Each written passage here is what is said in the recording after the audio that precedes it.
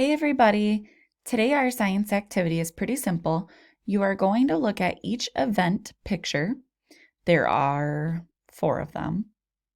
And you're going to look at them and see, how do you think that this environmental effect has affected the plants and animals that live here?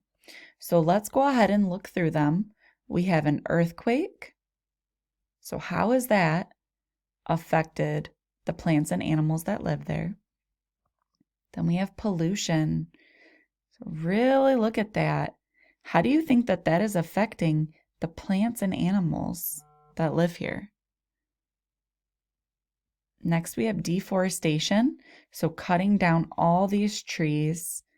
How is that affecting the plants and animals in this area?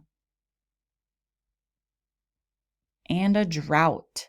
So we know when there's a drought, there is very little to no rainfall, and that means it's hard for organisms to access water. So, and water holes start drying up. So that's what's happening here. Is this water hole used to be very large and then it dried up. So how has that affected the plants and the animals that live in this region?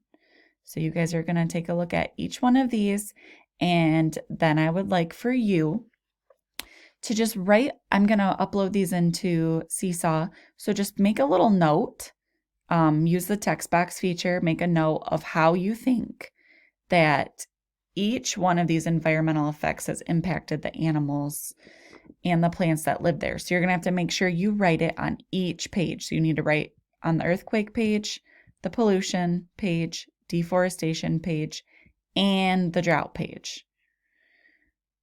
And if you would like to just make a video instead to explain to me what you think, that is fine too. And if you want to do both, that's awesome too. All right, have fun, you guys.